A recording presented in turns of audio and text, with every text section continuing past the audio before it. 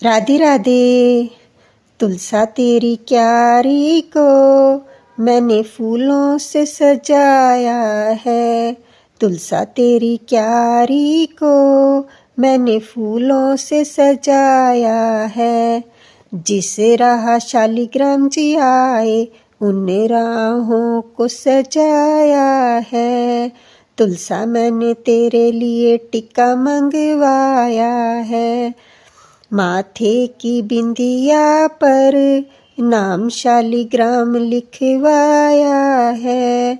तुलसा तेरी क्यारी को मैंने फूलों से सजाया है। हरे कृष्णा हरे राम। कान्हा जी की कृपा आप सभी पर बनी रहे। आज का अध्याय शुरू करने से पहले आपको सुनाते हैं करवा माता की कहानी। आज करवा चौथ का दिन है। सुनिए करवा माता की कहानी। एक साहूकार के 7 बेटे और एक बेटी थी। 7 भाइयों की लाडली बहन थी। 8 भाई बहन एक साथ बैठकर खाना खाते थे। कार्तिक की चौथ आने पर बहन ने करवा चौथ का व्रत रखा। जब 7 भाई खाना खाने आए तो उन्होंने बहन को भी खाना खाने के लिए बुलाया। माँ बोली, आज इसका करवा चौथ का व्रत है। जब चांद निकलेगा तब यह अर्घ देकर ही खाना खाएगी।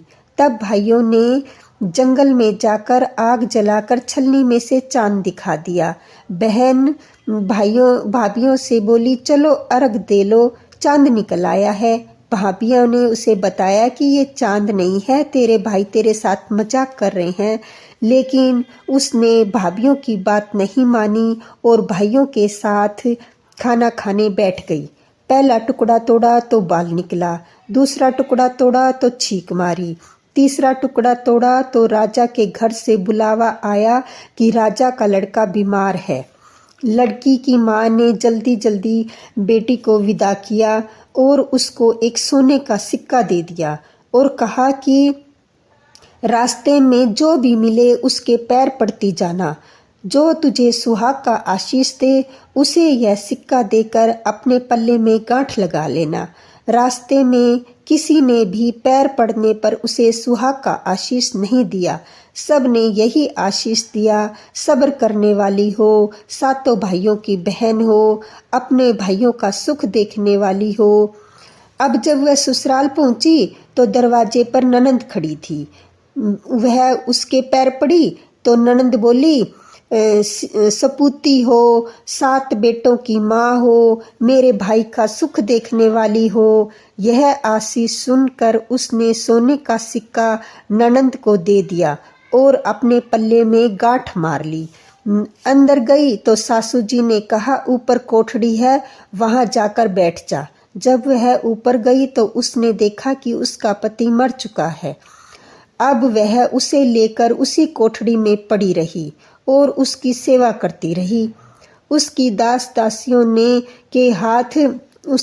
दासियों के हाथ बची कुची सूखी रोटी भेज देती। इस प्रकार उसे अपने पति की सेवा करते करते 1 साल हो गया।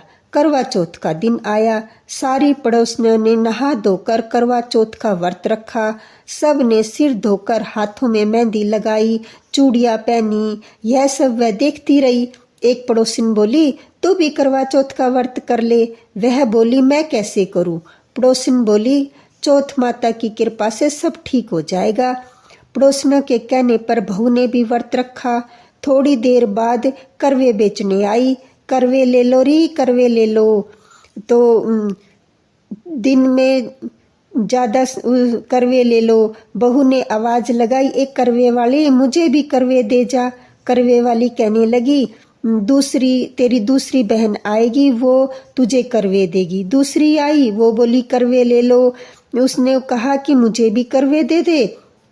तो कहने लगी, मेरी तीसरी बहन आएगी, वो तुझे करवे देगी। इस प्रकार 5 बहनें आकर चली गई, पर किसी ने भी उसे करवा नहीं दिया। छठी बहन आई, वो बोली 7वीं आएगी, वो तुझे करवा देगी। तू सारे रास्ते में कांटे बिखेर कर रखना, तब उसके पैर में कांटा चुभ जाएगा, तब वह खूब चिल्लाएगी। वो तू सुई लेकर बैठ जाना और उसका पैर मत छोड़ना और उसके पैर का कांटा निकाल देना। वह तुझे आशीर्वाद देगी तू उससे करवे मांग लेना, तब वह तुझे करवे देकर जाएगी। अब तू उद्यापन करना, जिससे तेरा पति अच्छा हो जाएगा। अब उसने वैसा ही किया। सारे रास्ते में कांटे बिछा दिए। जब सातवीं बहन करवे लेकर आई तो पाँव में कांटा चुभने के दर्द से खूब चिल्लाती हुई आई। बहू ने उसका पैर पकड़कर छोड़ा ही नहीं और उसका कांटा निकाल दिया। जब उसने आशीर्वाद दिया तो बहू बोली, जब तुमने आशीर्वाद दिया है तो करवे भी देकर जाओ। सातवीं बहन बोली, तूने मुझे ठग लिया। यह कहकर चौथ माता ने उसे आंख में से काजल, नाखूनों पर से मेहंदी, मांग में से सिंदूर और चितली उंगली का छींटा और साथ ही करवे दे दिए। अब करवे लेकर बहू ने उद्यापन की तैयारी की और व्रत रखा। राजा का लड़का ठीक हो गया और बोला, मैं बहुत सोया। वह बोली, सोए नहीं, 12 महीने हो गए आपकी सेवा करते करते। कार्तिक की चौथ माता ने सुहाग दिया है। उसकी का पति बोला, चौथ माता का उद्यापन करो। अब उसने चौथ माता की कहानी सुनी, उद्यापन का खूब सारा चूरमा बनाया और जीम कर वे दोनों चौपड़ खेलने लगे। इतने में उसकी बांदी तेल से बनी पूरी सब्जी लेकर आ गई। दोनों को खेलते देखकर सासू से जाकर बोली, महलों में तो खूब रौनक है, तुम्हारे बेटा बहू तो चौपड़ खेल रहे हैं। इतना सुनकर सासू देखने आई। दोनों को देखकर बहुत खुश हुई। बहू ने सास के पैर दबाए और सासू बोली, बहू सच सच बता, तूने क्या किया। उसने सारा हाल अपनी सासू जी को बताया तो राजा ने सारे शहर में ढिंडोरा पिटवा दिया कि अपने पति के जीवन के लिए सब बहनें करवा चौथ का व्रत रखें। पहली करवा चौथ को अपने पियर में जाकर व्रत करें।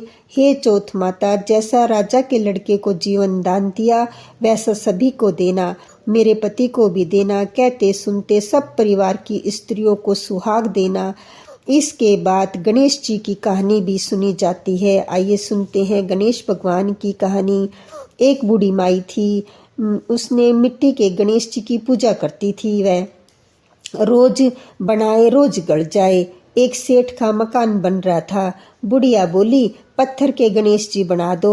मिस्त्री बोले, जितनी देर में हम तेरे गणेश जी गढ़ेंगे उतनी देर में तो अपनी दीवार बना लेंगे। बुढ़िया बोली, राम करे तुम्हारी दीवार टेढ़ी हो जाए। और उसकी दीवार टेढ़ी हो गई। मिस्त्री बार बार दीवार बनाते और बार बार गिर जाती। इस तरह करते करते शाम हो गई। शाम को सेठ आया तो उसने कहा, आज कुछ भी नहीं किया। मिस्त्री बोले, एक बुढ़िया आई थी, वो कह रही थी मेरे पत्थर के गणेश जी बना दो। हमने नहीं बनाए।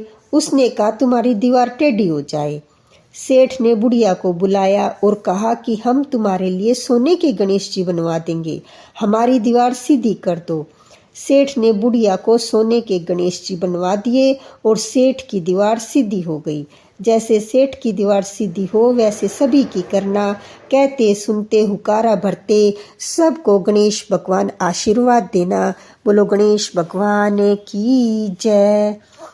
आज का कार्तिक मास का अध्याय। इससे पहले के अध्याय में जब भगवान श्री कृष्ण ने सत्यभामा जी से उसके पूर्व जन्म का वृत्तांत सुनाया, तब यह कथा सुनकर समस्त ऋषि मुनियों ने श्री सूत जी महाराज से कहा कि हे सूत जी महाराज, अब आप कृपा करके कार्तिक मास और तुलसी जी के महात्म्य का वर्णन कीजिए।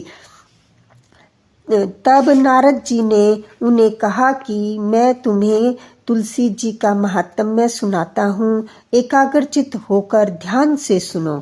एक समय राजा पृथु नारद जी से कहने लगे कि नारद जी, भगवान को तुलसी इतनी अधिक प्रिय क्यों है, इसका महात्म्य कहिए। तब नारद जी कहने लगे कि एक समय राजा इंद्र बहुत से देवताओं और अप्सराओं सहित महादेव जी के दर्शन को गए। सो जब कैलाश पर पहुंचे तब एक बड़ी भारी आकार वाली और भयंकर नेत्रों वाले पुरुष को देखकर इंद्र से पूछा कि तू कौन है और शिव कहाँ है। जब कई बार पूछने पर भी उसने कोई उत्तर नहीं दिया तो इंद्र ने क्रोध में आकर अपना वज्र उसके कंठ पर दे मारा, जिससे उसका कंठ नीला हो गया।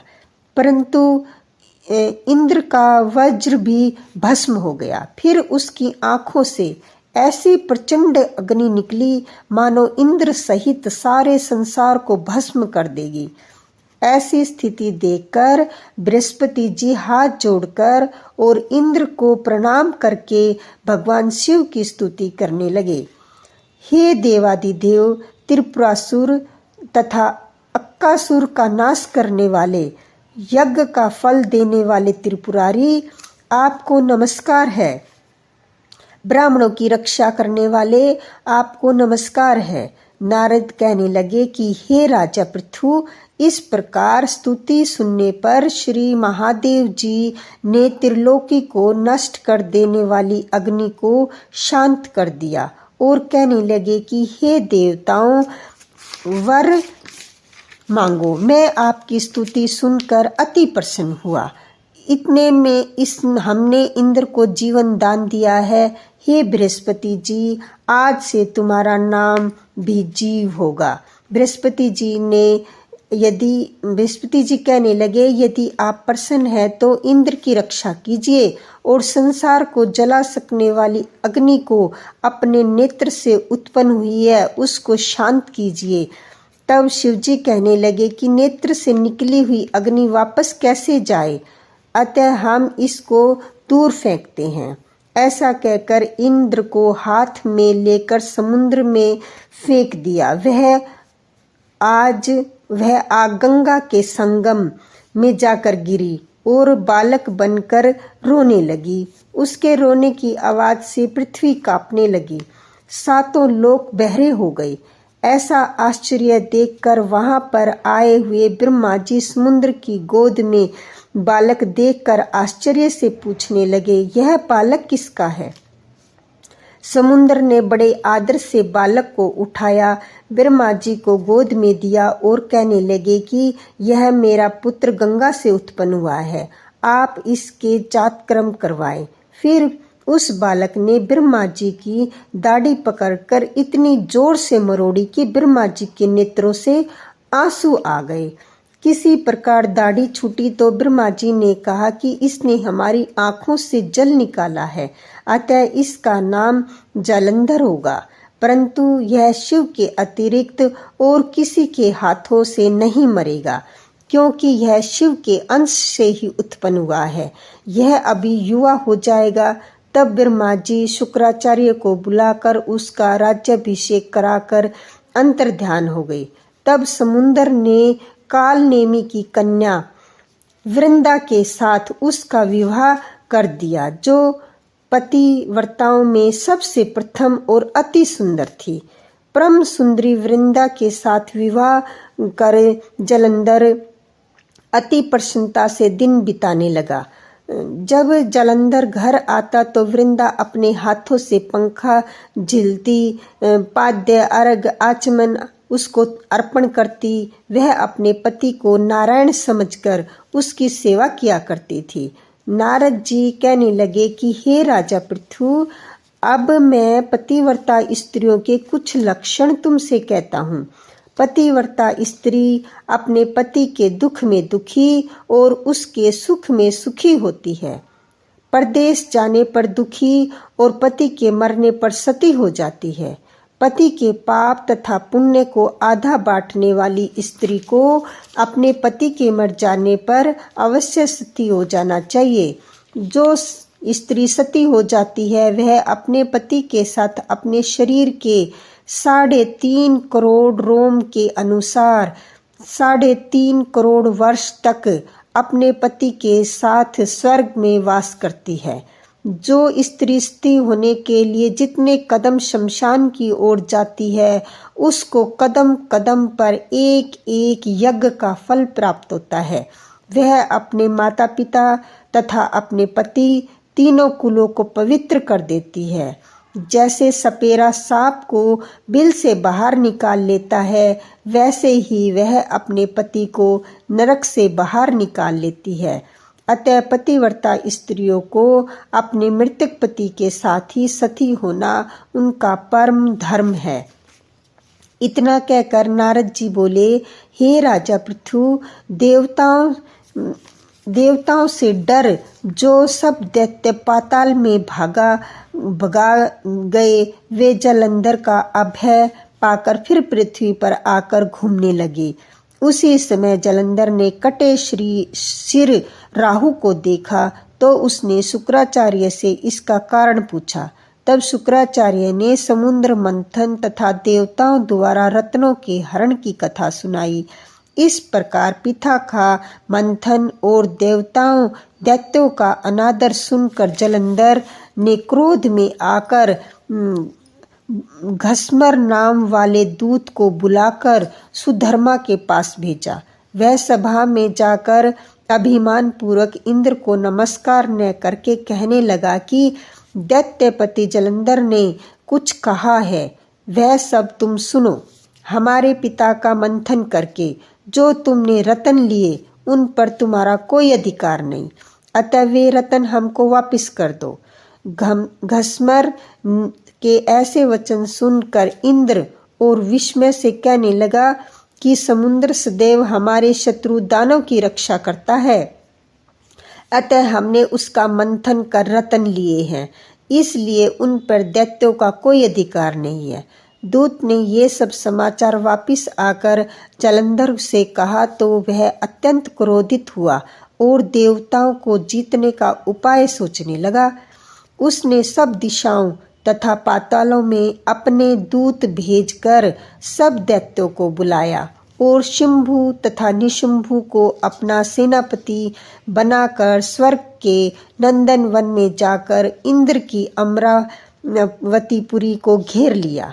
तब इंद्र देवता भी युद्ध के लिए बाहर निकले और अनेक प्रकार के शस्त्रों से देवताओं और दैत्यों में युद्ध होने लगा।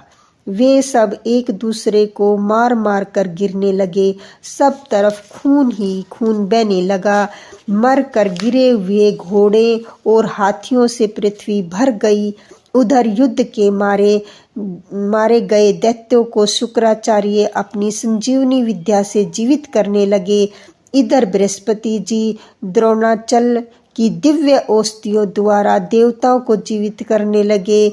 उधर जब देवताओं के जीवित होने का वृत्तांत दैत्यों ने शुक्राचार्य से जाकर कहा तो जलंधर दैत्य ने अपने अनुचरों को द्रोणाचल पर्वत को समुद्र में फेंक देने का आदेश दिया। तब दैत्यों ने द्रोणाचल पर्वत को उठाकर समुद्र में फेंक दिया और फिर आकर संग्राम करने लगे, युद्ध करने लगे। जब देवताओं को जीवित करने के लिए औषधि लेने बृहस्पति जी द्रोणाचल गए तो वहां दिव्य पर्वत को न देखकर देवताओं का दैत्यों के द्वारा निरंतर संहार होते देखकर वे घबरा कर कहने लगे कि हे देवताओं, शीघ्र ही यहाँ से भागो। यह दैत्य शंकर के अंश से उत्पन्न हुए हैं, अतः वे अब तुम्हें नहीं मारेंगे। गुरु जी की यह बात सुनकर देवता भय के मारे दशों दिशाओं को भागने लगे और जलंधर दैत्य ने जीत के नगारे बजाते हुए देवों की अमरावती नगरी में प्रवेश किया। सब देवता भय के मारे सुमेरु पर्वत की गुफाओं में जाकर छिप गए। सब देवताओं के भाग जाने पर जलंधर इंद्र की पूरी अमरावती को शुंभु निशुंभु के अधिकार में सौंपकर स्वयं देवताओं का पीछा करने के लिए सुमेरु पर्वत की ओर गया। इंद्र आदि सब देवता जलंधर को फिर से आता हुआ देखकर भगवान विष्णु की स्तुति करने लगे। बोले, हे मच्छ कच्छ आदि अनेक रूप धारण करने वाले, भक्तों के दुखों का नाश करने वाले, सारी सृष्टि का पालन तथा संहार करने वाले, शंख चक्र गदा और पद्म को धारण करने वाले, आपको नमस्कार है। लक्ष्मीपति दैत्यों का नाश करने वाले, पीतांबरधारी शरणागतों की रक्षा करने वाले, आपको नमस्कार है। जलंधर दैत्य से दुखी देवताओं के संताप को हरने वाले, सूर्य और चंद्रमा दो नेत्रों वाले, आपको नमस्कार है। नारद कहने लगे कि हे राजा पृथु, जो कोई भगवान की इस भगवान की संकट नाशक स्तुति को पढ़ता है, उसके संकट नाश को प्राप्त हो जाते हैं। भगवान विष्णु देवताओं की स्तुति सुन और उनको दुखी जानकर शीघ्रता से उठ गरुड़ पर सवार होकर जाने लगे तो लक्ष्मी जी ने पूछा, भगवान आप कहाँ जा रहे हैं? तब उन्होंने उत्तर दिया कि तुम्हारे भाई जलंधर से पीड़ित देवताओं की सहायता के लिए निमित्त जा रहा हूँ, देवताओं की सहायता के लिए जा रहा हूँ। तब लक्ष्मी जी कहने लगी कि भगवान मैं आपकी परम प्रिया हूँ, तब आप मेरे भाई को कैसे मारेंगे? तब भगवान ने कहा कि शंकर से उत्पन्न और ब्रह्मा के वचन से हम जलंधर को नहीं मारेंगे। इतना कहकर वे शंख चक्र और खड़क लेकर जलंधर के साथ युद्ध करने के लिए चल दिए। जिस समय भगवान युद्ध करने लग गए तो बहुत से दैत्य गरुड़ के पंखों के वेग से मारे गए। पवन से पीड़ित दैत्यों को देखकर जलंधर को अत्यंत क्रोध आया और वे भी विष्णु के सम्मुख युद्ध को आया। उस समय भगवान विष्णु और जलंधर दैत्यों का महाघोर युद्ध हुआ। आकाश मेघों की तरह बाणों से ढक गया। तब भगवान ने जलंधर के ध्वजा, छत्र, घोड़े और धनुष सभी अपने बाणों से काट डाले। जलंधर ने भी गरुड़ के मस्तक पर गदा मारकर गरुड़ को मूर्छित कर दिया। भगवान ने उसकी गदा को अपनी तलवार से काट दिया। फिर दोनों में मल्ल युद्ध हुआ। जलंधर ने भगवान की छाती पर मुक्का मारा। उस समय भगवान और जलंधर के इस घोर युद्ध को देखकर सारा संसार भयभीत होकर कमल पायमान हो गया। तब भगवान विष्णु ने कहा कि हे दैत्यराज, तुम्हारा और हमारा युद्ध ठीक नहीं, क्योंकि तुम लक्ष्मी के भाई हो। तब जलंधर ने कहा, यदि आप प्रसन्न हैं तो मुझे यही वरदान दे कि लक्ष्मी जी तथा अन्य गणों सहित आप मेरे घर में वास करो, ऐसा ही होगा। कहकर भगवान लक्ष्मी जी सहित जलंधर नगर से चले गए। तब जलंधर देवताओं के साथ सब दैत्यों को नियुक्त करके जलंधर नगर में निवास करने लगा और देव, गंधर्व, किन्नर, यक्ष आदि के पास जो भी रत्न थे वे सब अपने अधिकार में करके निशंभु को शासन करने के लिए पताल में भेज दिया। वहां अनेक शेषादि नागों को वश में कर लिया। इस प्रकार जलंधर देव, यक्ष, किन्नर, गंधर्व और मनुष्य सबको अपनी प्रजा बनाकर पुत्र समान तथा धर्म की नीति से उनका पालन करते हुए त्रिलोकी का राज्य भोगने लगा। नारद जी बोले कि हे राजा पृथु, एक समय भगवान के दर्शन करने था जलंधर को राज्य लक्ष्मी के लिए हम भी वहां गए। बोलो विष्णु आगे की कथा अगले अध्याय में सुनेंगे। बोलो जय श्री कृष्णा, राधे राधे।